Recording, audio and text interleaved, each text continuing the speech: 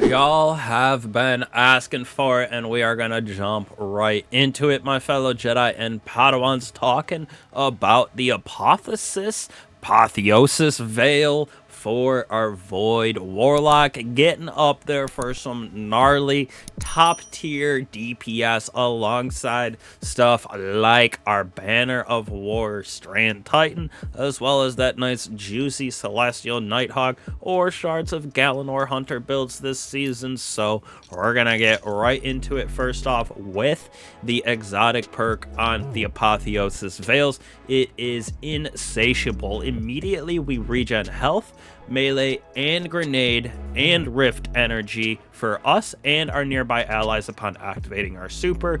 After our super ends, we temporarily gain greatly increased melee and grenade regen, so we can just spam our grenade and melee after we throw out that Nova Bomb for some insane DPS, especially since it'll proc with Weaken as one of our fragments for those grenades, and scatter grenades stack, so those are definitely the best. When you have vortex grenades, they won't, so you got to be careful for that aspect of it. Make sure scatter grenades is what you have on this build, but let's go over the mods that we are using. So for this build, we got Ashes to Assets because we're going to be scattering around those scatter grenades all over the place to get grenade defeats. One, to proc Devour, create Orbs of Power, as well as give us that super energy. We're also going with Heavy Ammo Finder as well as Harmonic Siphon, so we can get all of those void defeats, creating us Orbs of Power with that DPS, keeping up our grenade launcher. Now, Bolstering Detonation we are also using so we can get our class ability back a little bit faster when we do that damage with all the grenades that we are getting, and then, like I said, Orbs of Power on those orbs on the grenade defeats. Now, we also have Arc Solar Resistance, totally up to you. Going through the dungeon is what I was using, as well as Void Reserve for our heavy weapon. Now, we're also going to be using double Void Weapon Surge with a double Time Dilation, just to keep that nice 17% damage increase on our Void Weapons up at all times when we have that armor charge, and we're creating Orbs of Power everywhere, so it is pretty hard to lose that armor charge and that nice juicy weapon surge. Now, moving on to weapons. I love this scatter signal right here with overflow controlled burst. That boss spec on this, absolutely love it for that nice little DPS side of this build as well, because of that controlled burst, and it's in that nice charge rate, so it's feeling really good. Now, on top of that, we're going to be using Graviton Lance right here for that Vorpal weapon. Helps with the damage on bosses, as well as Regnant with Envious Assassin, Explosive Light, able to have like 10, 11, 12 in the magazine with that Envious Assassin, and then use the 7 of them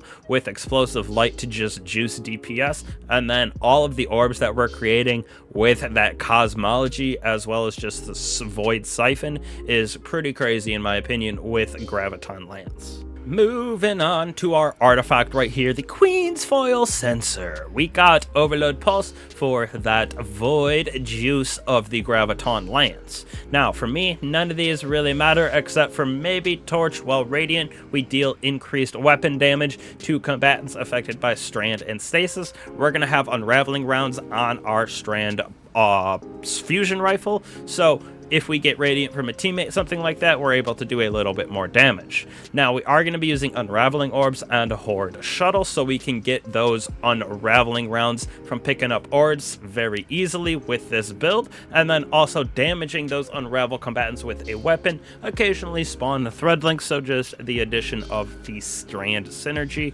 but nothing too crazy because this is more on the Void side of the build for that extra DPS, but both of these do help because Unraveling does give a little bit of extra DPS.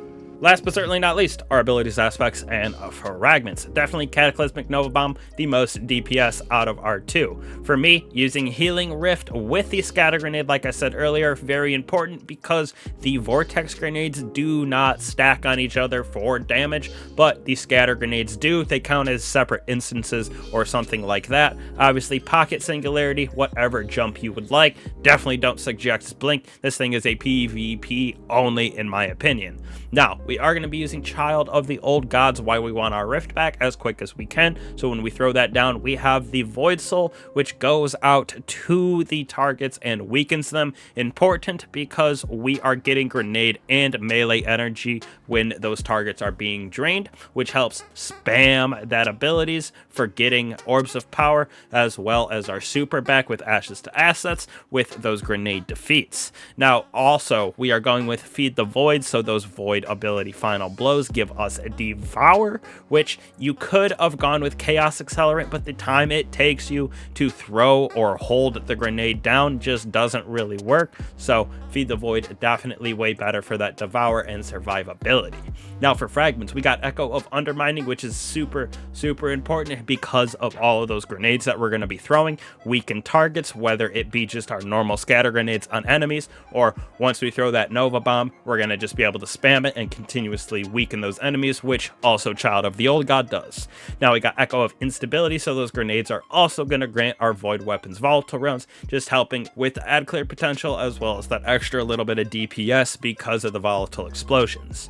Next on the list, defeating weakened targets creates an Orb of Power and a Void Breach. Void Breaches grant us the Rift or our class ability and even more weakened targets that we are getting from Child of the Old Gods and Undermining again, so those are more Orbs of Power and Void Breaches for us very easily. Finally, Final Blows when surrounded by combatants grant super energy, which just help us to spam our Nova Bomb even more. So grenades and surrounded final blows are giving us super energy. There's going to be Orbs of Power being created everywhere via our void weapons, as well as just all of those weakened targets that we are defeating. So the way that this build works is throw your Rift down, send out that Void Soul to weaken targets, spam that grenade as much as possible to get those defeats, proc Devour, etc., so you can continuously create Orbs of Power for yourself and Ashes to Assets. Then once you throw your super at a boss, make sure to have that Void Soul go at them to weaken them, as well as all those grenades that you are throwing. Make sure you hit the target and it'll also weaken them, and you can just see the crazy damage that you can output in the final boss of the dungeon. You can do upwards 6-7 million depending on your team. And then right here, even on this first boss, I was doing upwards of 2.5 million just on the first boss solo with the rotation I was saying, throwing grenades, using your grenade launcher for this, as well as that fusion rifle. Very good build for DPS this season. Definitely one of the best buffs this season was Apotheosis Veil, so already came out with a solar one that'll be up in the left hand corner, and we got a strand one coming out, which is also pretty juicy for DPS with threadling grenades as well as our super. So be on the lookout for that. I appreciate all you guys sticking around on the channel, supporting it. One Eye Jedi on all of my socials, as well as down in the description. You can find all of that, the Discord. So again, don't be afraid to subscribe to the channel, hit that bell for all the updates that we put out, builds, guides, stuff like that. So again, appreciate all y'all. I'll catch you guys in the next one. Peace.